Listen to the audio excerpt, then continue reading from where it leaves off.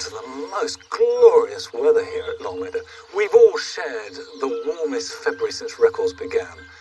And that means as we come into March, spring is here in a big way.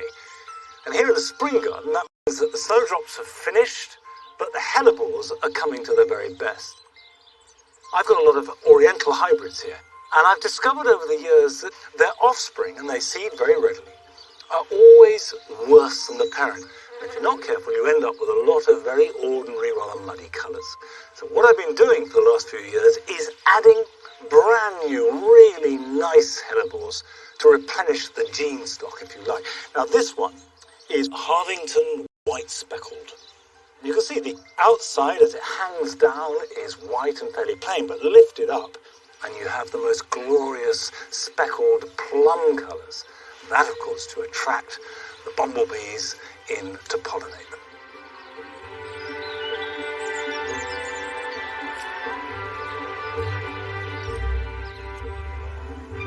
This week, we meet a gardener who transformed his challenging backyard into a tropical paradise. And Carol explores a spectacular winter garden that celebrates a plant that's making a real comeback, the conifer.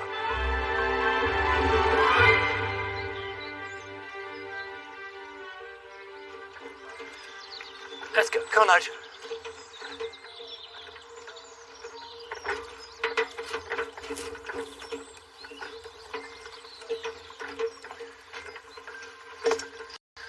Well, March weather is nothing but fickle. It'll probably be snowing by the end of the day, but there we go.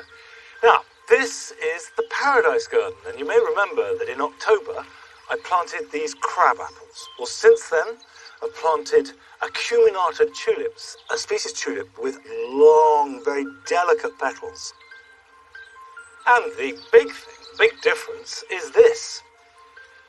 We've nearly finished the building at the end. It's going to be rendered, the lime mortar, and then painted a sort of pinky apricot colour. And the whole point is to have this symmetry and formality and structure, and yet be a place that is fragrant and somewhere filled with delight. So the next phase in the planting is to add fragrance and colour via roses. I'm going to put some of is a damask rose called Madame Hardy. Now I'm keeping these in these old bags because these are bare root roses, and it is really important with bare root roses to not let them dry out. So I've got a bucket of water over here, so while I'm talking I'm just going to pop that straight in the water. The reason why I'm using bare root roses rather than ones already in a pot is because they have a much wider range available. They tend to be cheaper, and also I've found that they're very often healthy, good, strong roses. But if you're going to buy bare root roses, you need to do it now. The bare root season ends in the middle of March. Thereafter, you can buy roses in containers, of course. Madame Hardy is going on the four corners of the bed. She's quite a big rose. She's about 5 foot tall, lots of flowers, so it's going to be quite dominant. You can see that the rose has been grafted, and this is the graft point. And the root system determines how big it grows and what shape it grows, and then this will determine the flowers. And the graft needs to be buried. I like to put it an inch under the soil. Now I'm adding mycorrhizal powder in here because it acts as a conduit. So the new rose will form a good relationship with the soil so it can take up nutrients and water. That's about the depth actually. Now there are 3 more Madame Hardy to go on each corner, but the next one I'm going to put in is Munstead wood. And this is a David Austin rose with a crimson, almost purplish tinge to it. Now, David Austin, who unfortunately died at the end of last year, was the grand old man of British roses. He was the person who crossed the old roses, like Madame Hardy, with hybrid teas. And that made what he called English roses. The flowers had the quality of old roses, but they also had the vigour and the constant flowering of hybrid teas. Technique for planting them is exactly the same.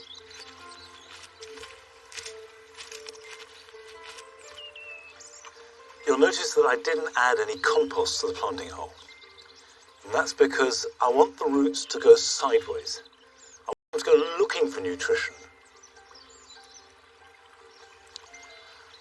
Finally, even if you don't have anywhere to plant roses outside, they grow very successfully in pots, but you do need to choose the right rose. And I've got one here which I love. It's called Pompon de Bourgogne, and it's got love.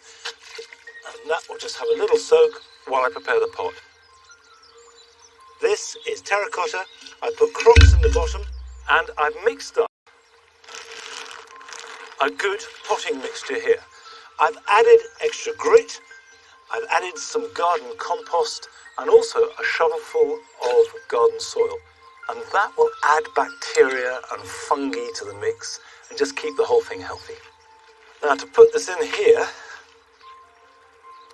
the same rules apply. We want to get it nice and deep.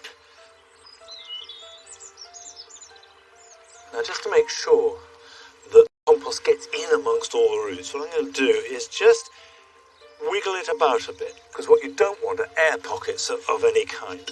So we'll just work that down in and then top it up.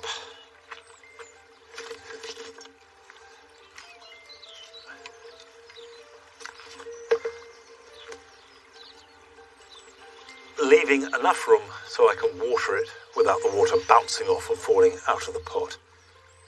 And of course, water all roses really well when you plant them, and if it's in a container, you're going to have to give it a good soak once a week, certainly in the growing season.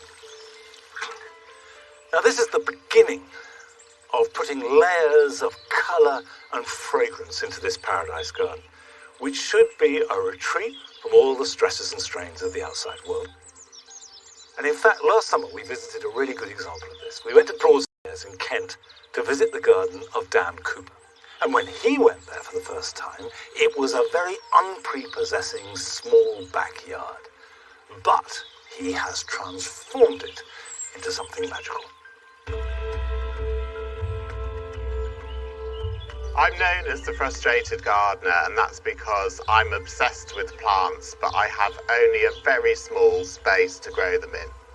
I love being surrounded by plants. I get completely lost in it sometimes and forget everything else that's going on outside. So I've got two small courtyards. The jungle garden measures 20 foot by 30 foot, and the gin and tonic garden is even smaller. It measures just 20 foot by 20 foot. When I came, there was an air raid shelter, 2 outdoor toilets, and some crazy paving, and that was all. And so I lived with that for a couple of years before I decided that something needed to be done. So I enlisted the help of a designer to help me get my head around what the potential of the garden was. And then everything else is in pots or troughs. It's now become quite sheltered as the trees have grown up, and the plants love that shelter. It's ideal for tropical plants, which often grow under the canopies of much larger trees, and so they like a little bit of dappled shade. This amazing tree behind me is the Santa Cruz ironwood tree. It comes from California. It grows on rocky north-facing slopes, exposed to the sea, buffeted by salt-laden gales, and it's a really great tree for a coastal garden.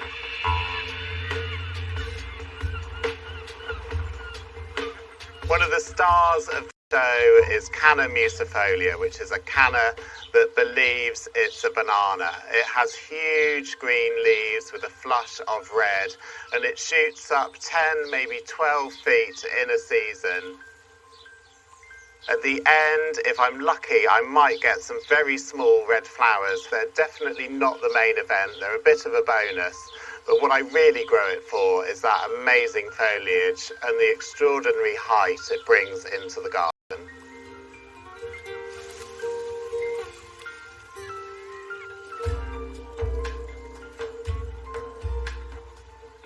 sometimes plants just work really perfectly together, and I love this dahlia. It's called Nicholas. It's got fantastic flashes of red right there in the middle, and they flame out into yellow and then blend into this beautiful peach on the outside. And I think it's a really exquisite combination of colours, and it picks up Hedychium, which is called Stephen, and it's got these lovely spikes of flowers with beautiful coloured stamens.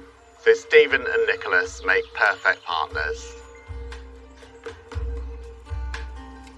I'm quite a flamboyant person, so I love anything that's unusual or that people haven't seen before. I'm instantly drawn to. So this is a fuchsia you don't see very often in gardens. It's a species fuchsia, and what I love about it is these beautiful, soft, corally pink bells and the fact that they're tipped with lime green. They keep on coming all the way through the summer. And it's not just the flowers that are beautiful here, it's also the foliage. It's lime green, and it has a little haze of grey over the top because of the little furry fibres on the surface.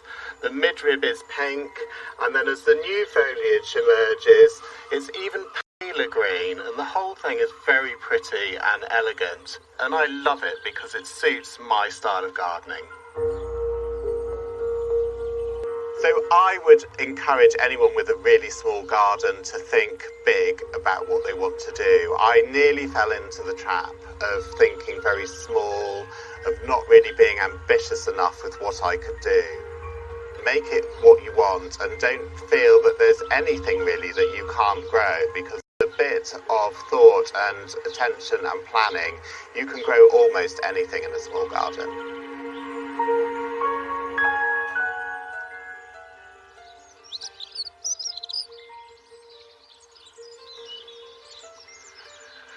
I do so agree with that sentiment, that just because you have limited space, it doesn't mean to say you need to limit your ideas or even the size of your plants. Big plants look really good in a small space.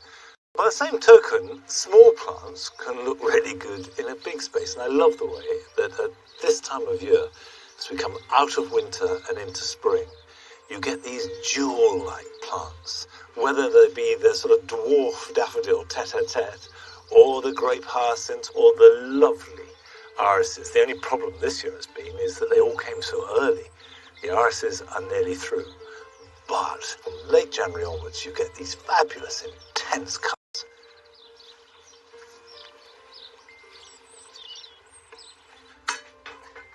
Now, one of the things that is really important this time of year is to get on with sowing seed. And by the way, I'm still using plastic seed trays because although I'm just as keen to reduce the plastic that we have here at Longmeadow, the starting point is always to look after the plastic you've got. Wash it, keep it, almost treasure it, so that you don't have to buy new to replace it.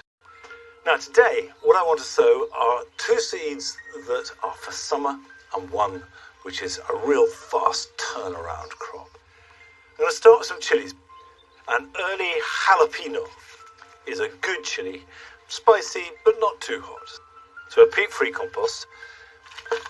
Now if we just put some in there like that, level it out, and then space the seeds out freely. Chilies are one of those seeds that you do need to get on with.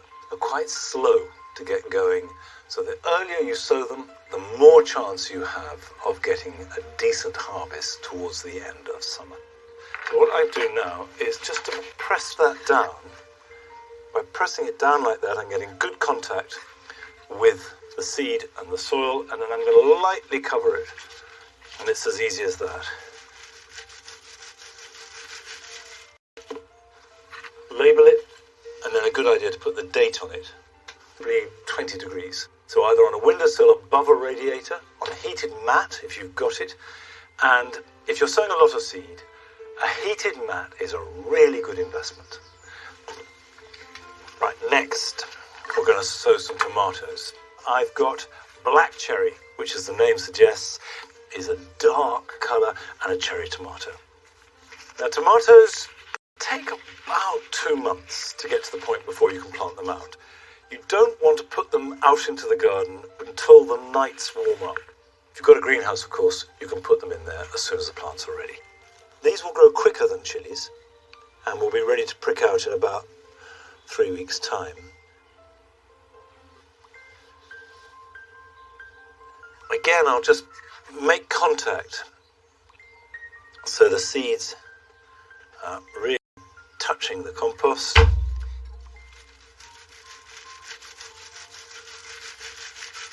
When you cover them up, you could cover them with grit, you can cover them with vermiculite. It's to hold the seed in place when you water it. Now those are two long-term plants, tomatoes for summer and chilies that could go on till next Christmas. But you can also sow real quick catch crops, and one of my favourites, rocket. Rocket is one of those salad leaves that likes cool weather. Now you can see I've already got some here that I sowed earlier on the 12th of February. But we'll start in a seed tray for the next batch, which will replace those. You can sow rocket direct outside, but I really try and grow them as strong individual plants.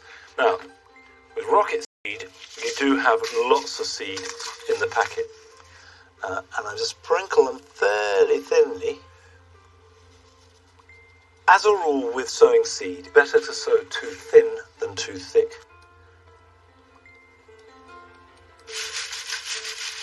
Like that. As far as timing goes, these seeds will reach that size in about 4 weeks, and these will be harvested in about 4 weeks. So we're getting succession going. And by the way, rocket, as I say, doesn't need heat, so these will go into the greenhouse, into the warm part. This will be just as happy in a cold frame. Water them well. You can either sit them in a tray of water and let it absorb, leave them there for about 10 or 15 minutes, or water them from above. Keep them moist but not sodden, and then as soon as you see the true leaves, you can prick them out, but we'll do that in a few weeks' time. Now this year, Carol is going to be the combinations that you get, and she's starting out in Norfolk in a winter garden, looking at a marvellous collection of conifers.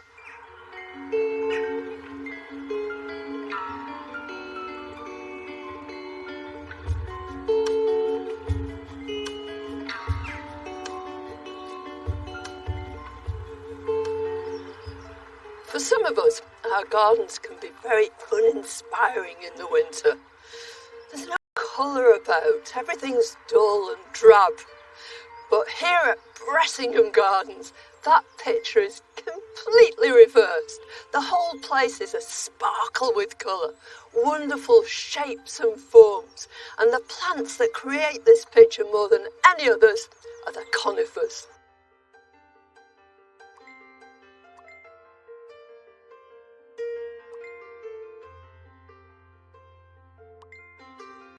Conifers are a mind-bogglingly diverse group of plants. They can be all sorts of shapes, sizes, textures and colours. And conifers go beautifully with other plants, especially at this time of year.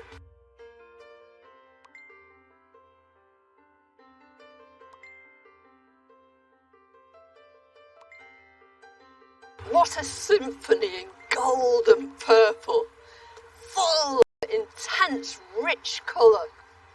This witch hazel, the hamamelis, is lit in the winter with these golden spidery flowers, and how beautifully that colour's taken up here by this conifer. This is a golden form of the incense cedar. It's got these beautifully flattened fronds, and that's emphasised by nipping back growing shoots to keep it nice and dense. And that's not the only bit that's pruned either. The trunk, all this bark is exposed because all the twigs and branches have very deliberately been taken away. But what makes it work so beautifully is what accompanies it on the ground. There are these great sweeping lines of a chorus, and through it a little black ophiopogon.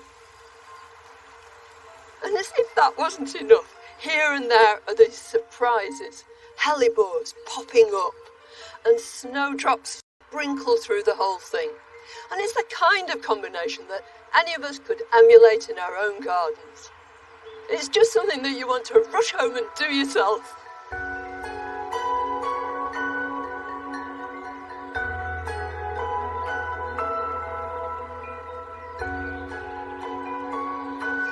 One of the delights of this garden is coming special conifers here and there. This is a Japanese black pine.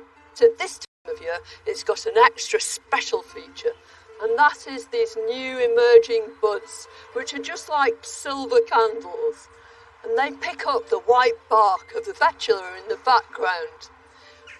All the way through this bed, there's a very distinctive colour theme, but it's not kaleidoscopic, it's limited. So you've got the green of the conifer and the ivy at its feet. And then you've got these red stems of the Cornus albosibiricus. And that's reflected at ground level by these big solid leaves of the begonia. All you need is a few simple elements. But think most of all about what conifer is going to be your centrepiece.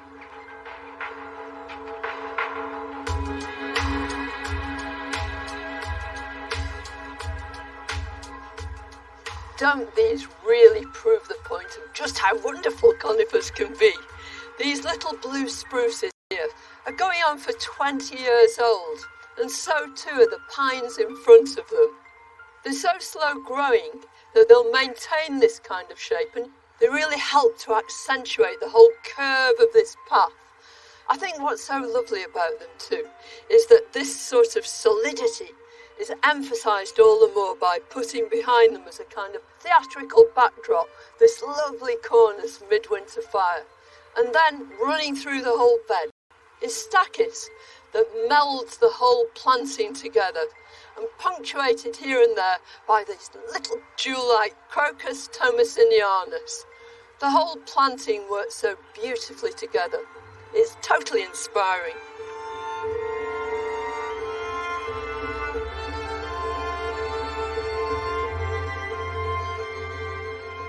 Left to its own devices, this blue atlas cedar would just scramble across the ground. But here it's been trained beautifully to create these arches and to make the most of this lovely cascading habit. Conifers are such wonderfully versatile plants. You can train them, you can use them as single specimens or put them together in a conifer garden.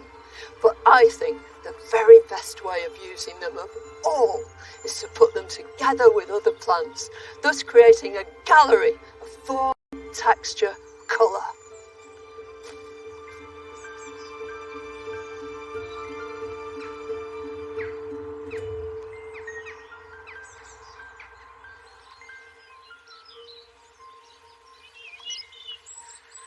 I confess that I've struggled with conifers over the years. You can always change, never say never. So watch this space, I may well be planting some soon. And you should go along and see them, because the garden is still open for another month, when you can see all that winter splendour before spring really takes over. And you get all the details from our website.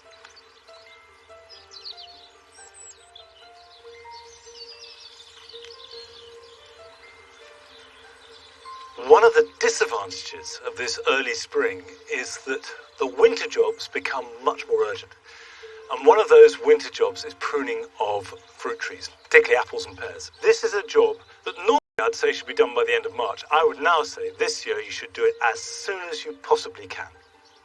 This is an apple called Devonshire Quarrenden, and I haven't pruned it for a couple of years, and you can see very vigorous straight branches going up, which won't bear fruit. So what I want to do now is get in there and clean it up, remove any branches that are crossing, that are crowded, and all those upright shoots can come off.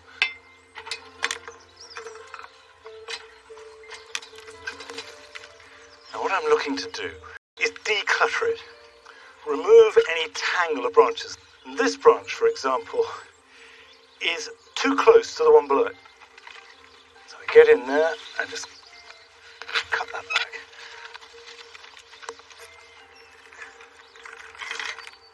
Can you see here how these branches, this one and this one, are overlapping and rubbing? And where they rub, they will chafe and form wounds, and that's where you get infections. So I'm going to take one off here,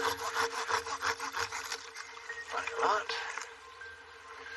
Now, this needs to come off because I don't want that upright growth. And the point of doing this, always remember, is twofold. One is to let light in, and two, lots of air. Because if you've got plenty of air and light, the apples will ripen better, and also there's much less risk of fungal problems. I am reducing the crop, but I'm increasing the quality. I've often said in the past you should have it so a pigeon can fly through from any angle.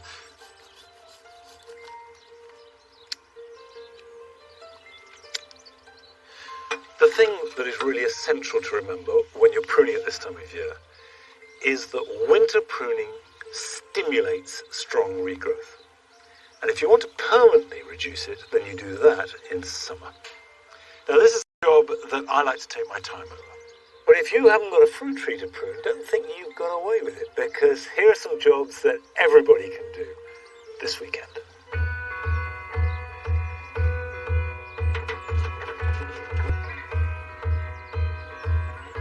Annuals, and in particular biennials like forget-me-nots and foxgloves, tend to drop their seeds in clusters, so you get a mass of seedlings in one area and none in others.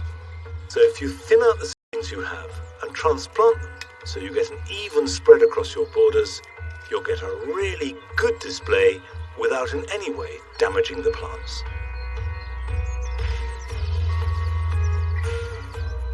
Although the soil is too cold for most seeds to germinate, if you can rake a decent tilth, then you can certainly sow some broad beans. It's best to do them in double rows, with each row about a foot or so apart and the beans about 6 inches apart along each line. Push them into the ground, cover them over lightly, label them, and they should start to grow very quickly.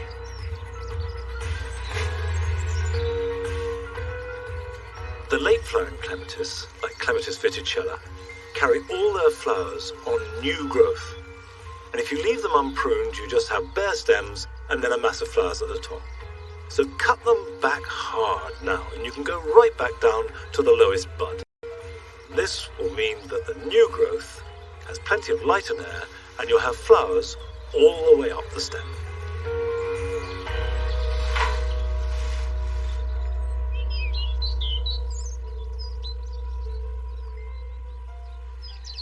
It's lovely to be back out in the garden on a beautiful spring day. But this very early spring weather is a mixed blessing, because although it's very enjoyable, I'm not quite sure what effect it's going to have on the garden, and that is something that we will be watching as the year progresses. But no more time today, I'm afraid. That's it.